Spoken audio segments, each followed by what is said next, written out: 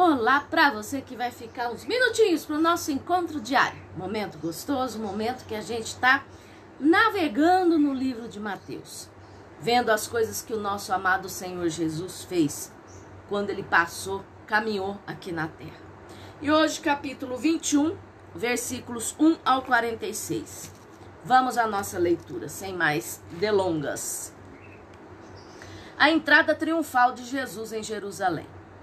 Quando se aproximaram de Jerusalém e chegaram a Betfagé, ao Monte das Oliveiras, enviou Jesus 2 discípulos, dizendo-lhes: Ide à aldeia aí em frente, e logo encontrareis uma jumenta presa, e com ela um jumentinho. Desprende-a e trazei-mos.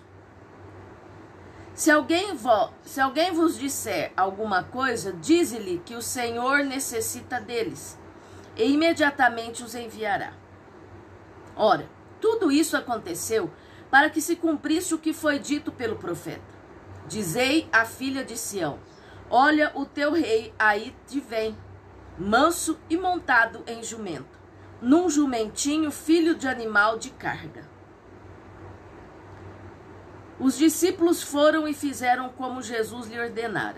Trouxeram a jumenta e o jumentinho, e sobre eles puseram as suas vestes, e Jesus assentou-se sobre elas.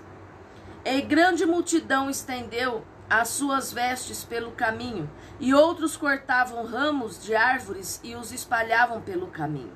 As multidões que iam adiante e as que seguiam clamavam: Hosana ao filho de Davi. Bendito o que vem em nome do Senhor, hosana nas alturas. E entrando ele em Jerusalém, toda a cidade se alvoroçou, e perguntavam: quem é este? E as multidões responderam: este é Jesus, o profeta de Nazaré da Galileia. Eita glória! Eu vou lendo aqui para vocês e vou imaginando a cena na minha cabeça. Entrou Jesus no templo e expulsou a todos os que aí vendiam e compravam, e derrubou as mesas dos cambistas e as cadeiras dos que vendiam pombas. E disse-lhes: está escrito, a minha casa será chamada casa de oração, mas vós a tendes convertida em covil de ladrões.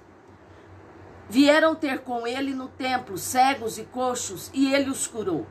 Vendo então os principais sacerdotes e os escribas as maravilhas que fazia, e as crianças clamando no templo, Hosana ao filho de Davi, ficaram indignados. E perguntaram-lhe: ouves o que estes dizem? Respondeu-lhes Jesus: sim, nunca lestes?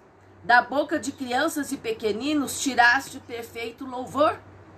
E deixando-o, saiu da cidade para Betânia, onde passou a noite. De manhã, ao voltar para a cidade, teve fome. Avistando uma figueira à beira do caminho, dirigiu-se a ela, mas não achou nela senão folhas. E disse-lhe: nunca mais nasça fruto de ti. E a figueira secou imediatamente. Quando os discípulos viram isto, perguntaram espantados: como secou imediatamente a figueira? Jesus respondeu: em verdade vos digo que, se tiverdes fé e não duvidardes, não só fareis o que foi feito à figueira, mas até se a este monte disserdes: ergue-te e precipita-te no mar, assim será feito. E tudo o que pedirdes em oração, crendo, o recebereis. Tendo Jesus entrado no templo, estando já ensinando, acercaram-se dele os principais sacerdotes e os anciãos do povo, e perguntaram: com que autoridade fazes estas coisas? E quem te deu tal autoridade? Respondeu-lhes Jesus: eu também vos farei uma pergunta. Se me responderdes, eu vos direi com que autoridade faço estas coisas. De onde era o batismo de João? Do céu ou dos homens? E discutiam entre si. Se dissermos do céu, ele nos dirá: então por que não crestes nele? Mas se dissermos dos homens, tememos o povo, pois todos consideravam João como profeta. Consideram João como profeta? Assim responderam a Jesus: não sabemos.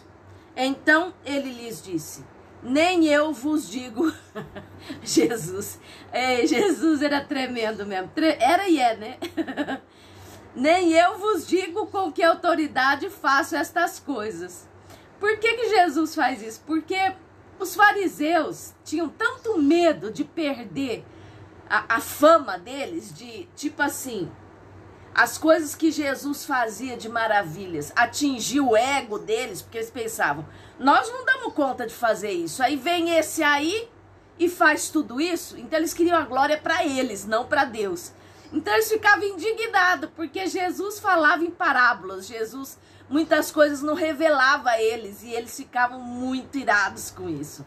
Pessoas carnais, né? Pessoas totalmente sem Deus. Hipócritas. Vou até ler de novo. Nem eu vos digo com que autoridade faço essas coisas. O que vos parece? Um homem tinha 2 filhos. Dirigindo-se ao primeiro, disse: filho, vai trabalhar hoje na vinha. Respondeu ele: não irei.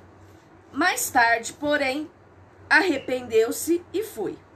Então o pai se dirigiu ao segundo filho e disse a mesma coisa.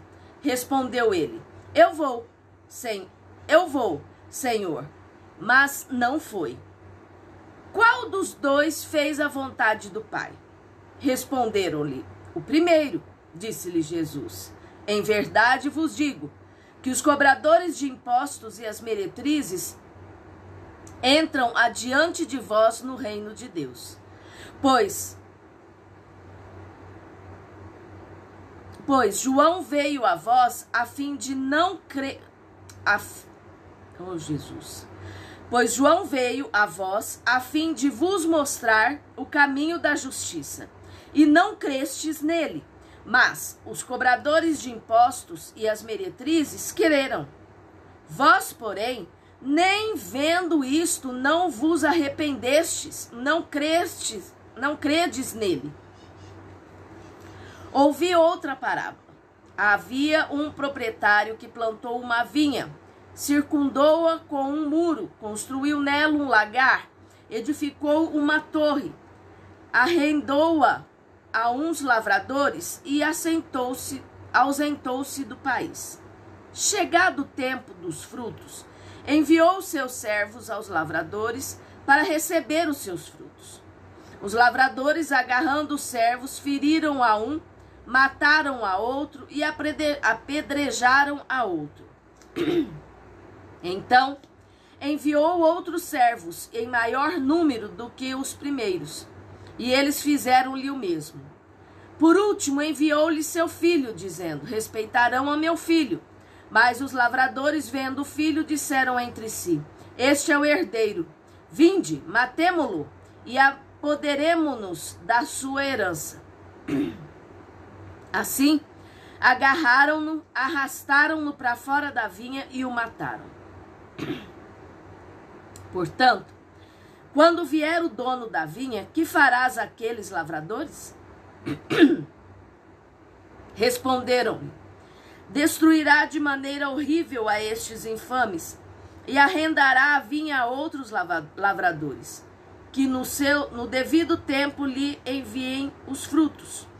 Disse-lhe Jesus: nunca lestes nas Escrituras? A pedra que os edificadores rejeitaram, essa se tornou a pedra angular. O Senhor fez isto e é maravilhoso aos nossos olhos. Portanto, eu vos digo que o reino de Deus vos será tirado e será entregue a um povo que produza os seus frutos.